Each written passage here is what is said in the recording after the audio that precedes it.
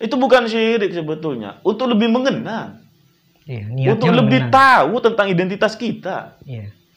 Identitas keislaman ini harus kita pupuk dan lebih dipopulerkan lagi di negara kita Indonesia. Itu Mas Fahri. Sehingga membudaya. Sehingga membudaya.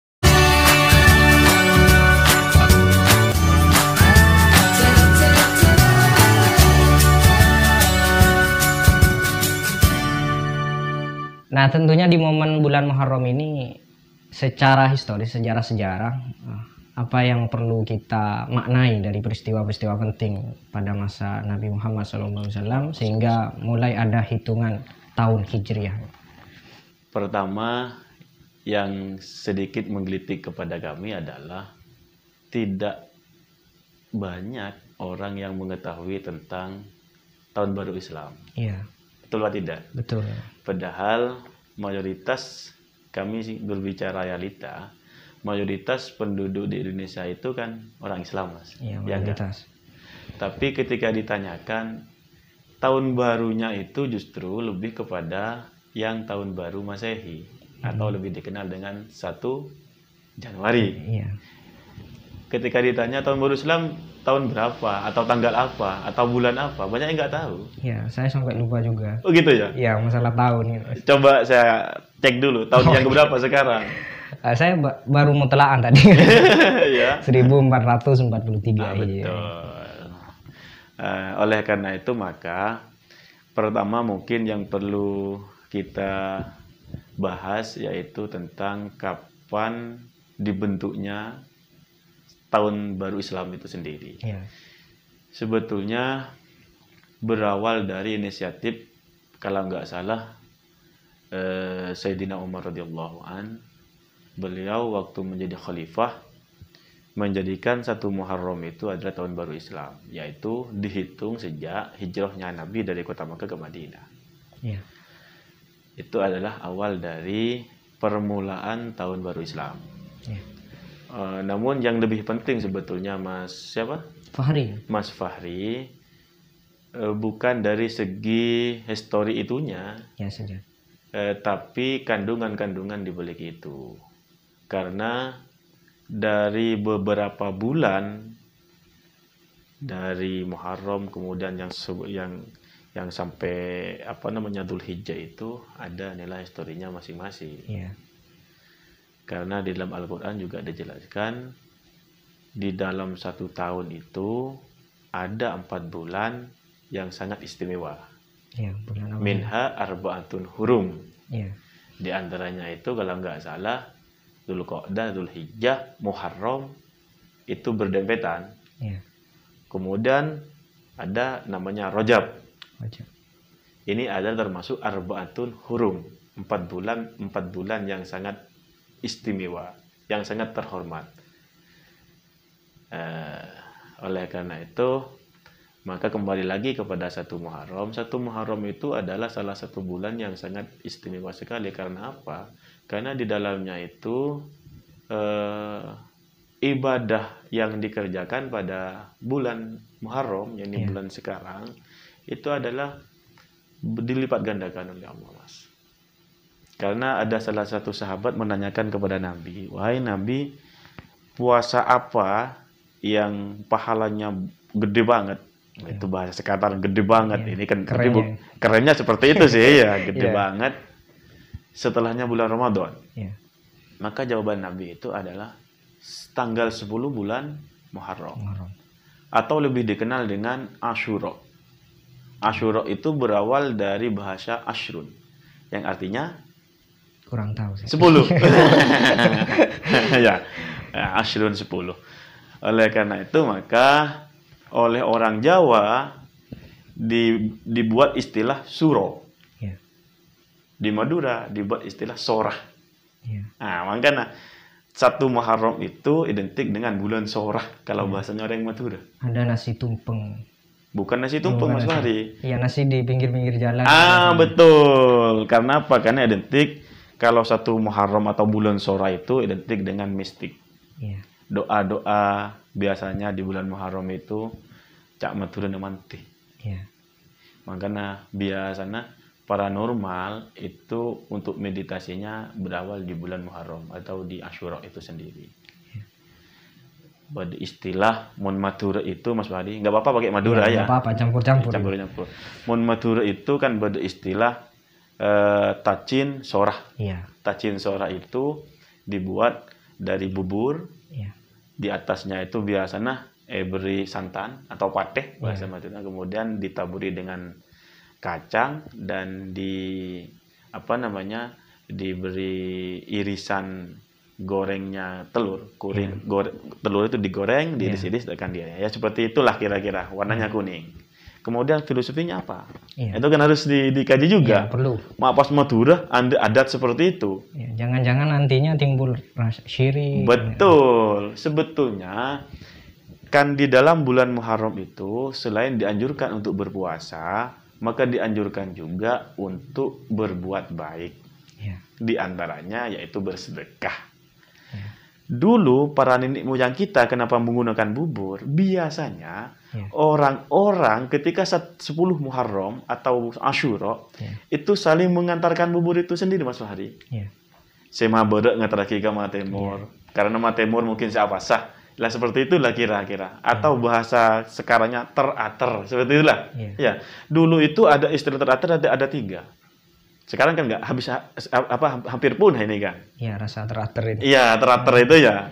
Yang pertama ketika Lebaran Idul Fitri, terasan ramah, Jan Madurana terater. Yang kedua itu Idul Adha, telasan kurban. Terater. Dulu juga ada namanya Asyura, sorah, yaitu terater tacin. Tacin itu kenapa? Yaitu dipersiapkan kepada orang yang berpuasa.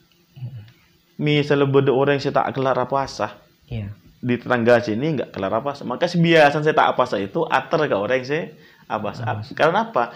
Karena ada salah satu keterangan di dalam sebuah hadis, orang yang memberi makan atau yang mengiftorkan orang yang berpuasa itu gede pahalanya. Seperti itulah kira-kira. Kalau dikaitkan dengan misal dukun yang menambah kekebalan, kesaktian, secara mitos mungkin di dunia realitas mungkin kita tidak percaya, tetapi kan kenyataannya Muharram itu identik dengan puasa agak najmin istilahnya. Itu sebetulnya kurang pas ya jawab karena saya bukan bagian dari itu. Cuman kalau dikaitkan dengan syariat Islam. Kalau dikaitkan dengan syariat Islam, ya karena memang hari istimewa atau bulan istimewa. Wong namanya istimewa, semuanya akan menjadi istimewa tentunya. Kan seperti itu Mas Fahri. Suatu yang istimewa ketika dikelola dengan yang istimewa maka akan menjadi istimewa. Kan seperti itulah kira-kira. Seperti itu Mas Fahri. Kemudian kita kembali kepada kenapa kok tacin? Bubur. Agar lebih merata kepada orang-orang yang berpuasa. Kalau dulu itu lebih banyak yang berpuasa ketimbang yang tidak berpuasa. Sedangkan orang dulu itu kan tak pakai bud, Mas Fahri. Tidak mempunyai ekonominya itu menengah ke bawah lah istilah seperti itu lah kira-kira. Dan nasi seperti itu spesial, nasi jagung. Bukan pada saat itu. Kemudian bubur biasanya kalau takarannya itu sekolah, kalau nasi sekolah maka jadi telur pereng. Tapi kalau bubur kan bisa menjadi beberapa kan. Ini sesuai juga dengan hadis Nabi, idza tabakhta marakotan faksir maha. Ada seperti itulah, ada ayat, ada al-hadis au kamakol. Kalau kalian membuat semacam kuah itu apa? Gulai lah apa istilahnya. Maka perbanyaklah airnya. Fata'ahad jironak, lihat tetangga-tetangga, siapa tahu ada yang membutuhkan. Mengambil dari itu maka nenek moyang kita untuk lebih meratanya bersedekah, bagaimana caranya?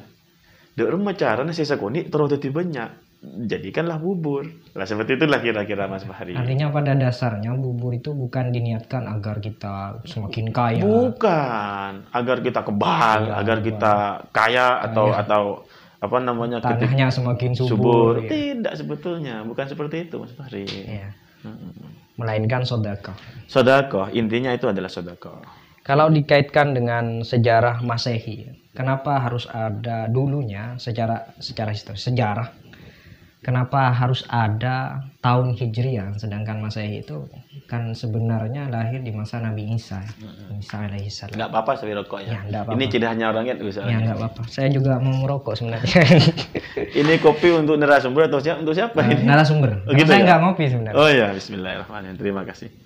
Ya santai dulu. Berkaitan dengan pertanyaan barusan, nah, kenapa harus ada tahun Hijriah? Karena kan sudah ada tahun Masehi, kan sehingga ada 2 tahun, walaupun ada tahun Imlek sebenarnya. Cuman kita nggak terlalu tahu bagi orang-orang pinggiran seperti kita, orang-orang pedesaan. Sebetulnya sederhana jawaban itu, Iya. Mas Fahri. Kenapa orang non-Muslim mempunyai bulan atau tanggal sendiri? Iya. Orang Islam kenapa tidak bisa? Kan seperti itulah kira-kira. Iya. Untuk lebih menggali identitas kita sebetulnya. Karena orang Islam juga punya, non-Muslim juga punya, apalagi orang Islam. Kan seperti itu, Mas Fahri. Cuman yang perlu juga perlu kita bahan pikiran kepada kita bahwa dalam Muharram ini apa kira-kira yang harus kita lakukan. Iya. Itu yang lebih penting, Mas Fahri. Karena masuk tahun baru berarti tahun yang lama ditinggalkan. Iya. Masuk yang baru berarti akan menghadapi tahun yang akan datang. Maka ada 2 hal yang harus kita pikirkan, Mas Fahri. Iya. Yang pertama itu adalah muhasabah, atau bahasa sambiannya itu introspeksi. Ya, mengingat-ingat dosa yang lalu. Betul. Kira-kira selama 1 tahun itu dosa apa yang kita lakukan? Butuh apa kita sama Tuhan? Sebanding tidak dengan ibadah yang kita kerjakan. Yang kedua itu adalah program. Karena kita menghadapi yang akan datang. Program kita itu apa? Planning kita ke depan itu apa? Itu yang lebih penting, Mas Fahri, sebetulnya. Sedikit muhasabah atau introspeksi kepada kita bahwa semakin bertambahnya tahun, kita masuk pada tahun baru, berarti juga semakin sedikit jatah kita hidup di dunia. Perlu diketahui, setiap manusia, setiap yang bernyawa pasti akan mencicipi yang namanya kematian. Iya. Kullu nafsin Dha'iqatul maut. Atau bahasa petuah yang lain mengatakan manusia itu akan menghadapi beberapa perkara. Iya. Kalau nggak salah 4. Nanti kalau dia bahas semuanya, yang paling itu tidak diundang lagi ke sini. Enggak, 2 saja mungkin ya. Iya. Atau mungkin nanti fee-nya sedikit itu. Iya. Atau jangan-jangan kosongan. Gitu ya. Tapi sebelum kami membahas itu, kami mengucapkan banyak terima kasih atas diundangnya kami ke sini, dan kami respect sekali. Ini anak muda yang luar biasa. Ya, semoga MWCNU juga memberikan support yang besar. Alhamdulillah. Untuk Kami media support kolaborasi. 100% akan support. Ya, amin. Terima Insya kasih. Allah, insya Allah. Ini luar biasa ini. Ada terobosan baru. Kenapa? Karena media dakwah sekarang itu kita harus lebih ngetrend atau lebih inovasi daripada orang-orang yang non NU. Iya. Karena orang-orang non NU itu lebih terus mencari potensi-potensi dakwah yang lebih efektif. Oleh karena itu maka orang itu juga tidak harus kalah, tidak boleh kalah, tidak boleh. Itu Mas. Kembali kepada yang tadi. Iya. Ya. Yang pertama, manusia itu akan mencicipi atau akan bertemu dengan yang namanya mati. Ya. Iya. Atau bahasa kitabnya itu, sebentar, saya baca, takut salah. Soalnya seperti bahasanya Mbah Maimun, kalau ngelantur tanpa ada dasar, itu namanya tidak bisa dipertanggungjawabkan. Iya, betul. Ya, kami sedikit baca ada oret-oretan. Begini Mas Fahri. Yastaqbilul insan yastaqbilul insanu arba'ata asya. yantahibul malaikatu ruhahu. Jadi manusia itu akan menghadapi 4 perkara pasti. Yang akan dihadapi manusia itu pasti 4 perkara. Yang pertama adalah yantahibul malaikatu ruhahu.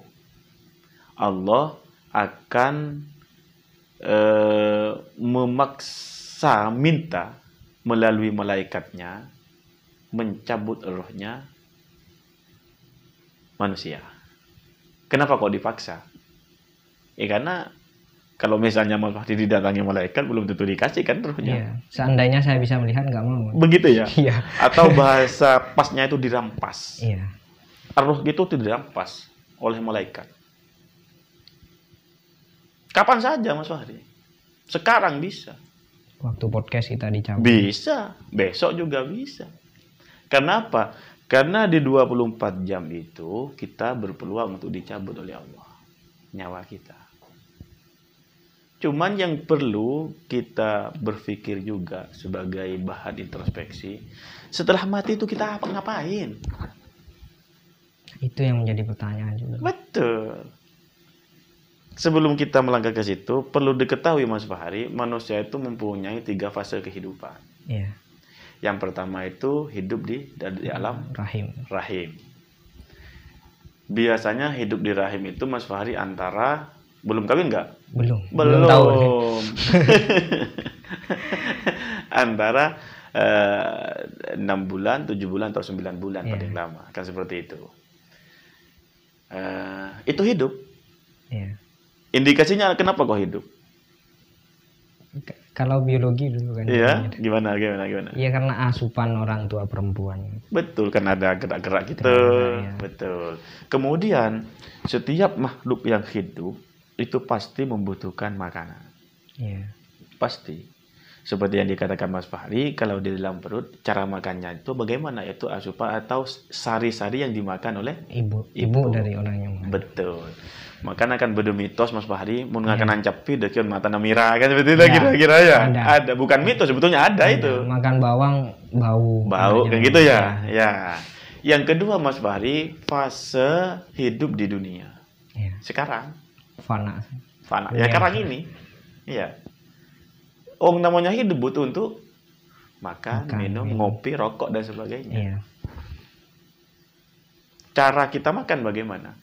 Macam-macam ya kan? Iya. Yang seperti petani yang menggunakan ladangnya untuk bisa dibuat untuk makan. Yang pedagang, yang pejabat, ya pokoknya macam-macam. Intinya ada usaha untuk bagaimana kita bisa makan, untuk bisa menyambung hidup. Iya.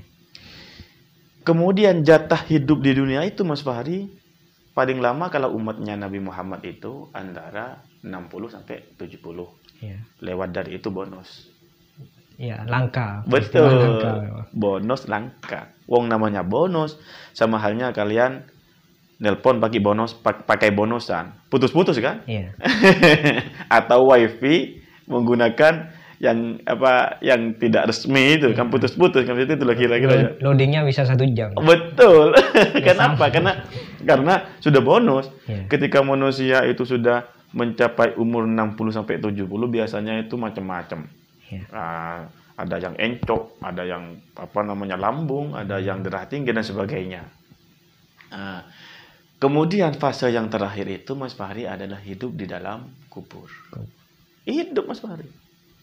Percaya enggak sampean? Percaya. Tapi masih kurang percaya. Kenapa? Karena bukan saatnya. Sampean sama halnya dengan saya katakan tadi, sampean hidup di dalam rahim. Percaya enggak? Percaya karena sudah mengalami, tapi tidak tahu alam Adam rahim seperti apa, enggak tahu. Iya, enggak tahu. Tapi sejelas ada kan? Iya. Sama halnya dengan hidup di kuburan. Iya. Hidup di kuburan. Tandanya itu indikasinya karena di dalam kuburan ada malaikat yang menanyakan seperti itu. Iya. Masa atanya kededung-dedungan kan tak bisa kan? Enggak mungkin. Iya. Kemudian ada yang mengatakan juga awalu baitin min buyutil akhirah. Kuburan itu adalah salah satu rumah dari rumah akhirat. Selamanya. Tapi hidup di dalam kubur itu selamanya. Itu perlu dicatat Mas Fahri. Tidak akan hidup lagi orang. Istilah hari kebangkitan ini. Betul, hari kebangkitan dan hari kiamat nanti.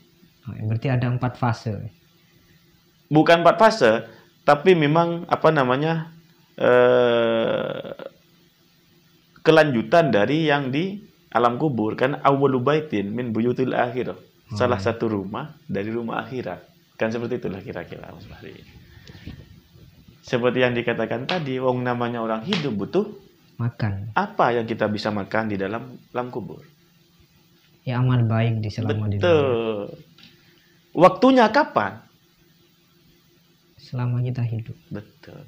Selama kita hidup di alam dunia. Sedangkan kita hidup di dunia ini terbatas oleh waktu. Antara 60 sampai 70. Dan mungkin di bulan Muharram ini juga ada penebusan yang cukup besar nanti. Di situ korelasinya nanti Mas Fahri. Iya. Makanya momentum ini kita kita gunakan sebaik mungkin. Karena ada lipat ganda di dalamnya Mas Fahri. Ya, itu perlu diceritakan. Contoh diantaranya bersedekah, menyantuni anak yatim, berpuasa. Berpuasa 1 hari saja. Pahalanya itu sama dengan berpuasa 1 tahun. Bayangkan. Ya. Ayo. Kita jangan membandingkan dengan puasa yang fardu. Puasa Ramadan. Beda. Cok penting lagi, Peter. Padahal mun kemamulja Al-Quran, musuh Kanjeng Nabi. Pertanyaannya yang salah itu. Iya. Iya kan? Itu nggak boleh dijawab. Karena pertanyaannya yang salah. Misalnya ada yang menanyakan, mana mulia antara bulan Muharram dengan bulan Ramadan? Nggak usah dijawab itu, karena pertanyaannya yang salah. Sama halnya dengan yang mengatakan yang menanyakan yang tadi, mana mulia antara Nabi Muhammad dengan Al-Quran. Iya. Kalau yang menanyakan mana mulia antara Nabi Muhammad dengan para sahabat, itu baru bisa Tapi kalau ditanyakan tentang bulan Nisfu Sya'ban, hari di mana kita menghapus dosa yang pergantian buku. Kenapa itu tidak diletakkan di bulan Muharram selagi itu adalah tahun baru Islam? Beda Mas Fahri. Iya. Ini setoran seperti halnya PNS dan non PNS. Oh iya. Kita berbicara logika saja Mas Fahri ya. Kalau PNS maka biasanya gajinya itu tiap awal bulan atau akhir bulan. Iya. Kalau PNS itu biasanya awal bulan. Iya. Dituntut dibayar dulu, dituntut bekerja. Kalau seperti sampean non PNS, ya, maka bekerja dulu, kemudian dibayar. Makanya gajinya di akhir tahun. Di akhir bulan. Iya. Iya. Lah seperti itulah kira-kira. Nanti dikorelasikan sendiri. Saya tidak akan menjawab. Kembali kepada yang tadi Mas Fahri. Ya. Oleh karena kita tidak tahu kapan mati, sedangkan kita masih diberi kesempatan oleh Allah untuk hidup di dunia, dan ketika mati itu adalah kita hanya bisa memanfaatkan amal-amal baik sebagai asupan kita hidup di alam akhir atau di mana? Di alam kubur. Maka gunakan sisa-sisa umur kita itu dengan baik sebaik mungkin. Di antaranya apa? Ada bahasa yamutul mar'u atau matal mar'u ala ma asya alaihi. Yang artinya kan saya paham. Ya. Makanya noleh-noleh enggak gitu paham. Ya. Yang artinya manusia itu biasanya dicabut ruhnya oleh malaikat, oleh Allah melalui malaikat, disesuaikan dengan perilakunya waktu hidup. Ya. Kenapa? Karena kita kan menunggu datangnya ajal itu. Bukan kita yang ditunggu ajal, menunggu ajal. Contoh sederhananya, logikanya seperti ini. Sambian mau ke Surabaya, nunggu bis. Ya. Maka sambian habis datang ke sambian itu, pas waktu sambian mengerjakan apa? Contoh, misalnya waktu sambian itu ngerokok. Maka habis datang tepan rokokan. Kita mau ada rokokan. Ya. Oh teman kamu tepan main HP, maka habis datang tepan main HP Mas Fahri. Sama halnya dengan kita. Kalau biasa melakukan waktu hidupnya itu kebaikan, amal-amal baik, amal-amal soleh, ibadah, maka biasanya mati pada pas ibadah. Diibarin kan sekarang ini kan musim orang mati kan ya? Ya, corona katanya. Corona bahasanya seperti itulah kira-kira. Arwah mati gelak ki burmara pujang Tuhan. Berarti menandakan orang yang mati itu husnul khotimah karena waktu hidupnya biasa sembahyang Duha. Kelak cereng duhur ge sehat, asar lo mate. Berarti tepan apa aja kan?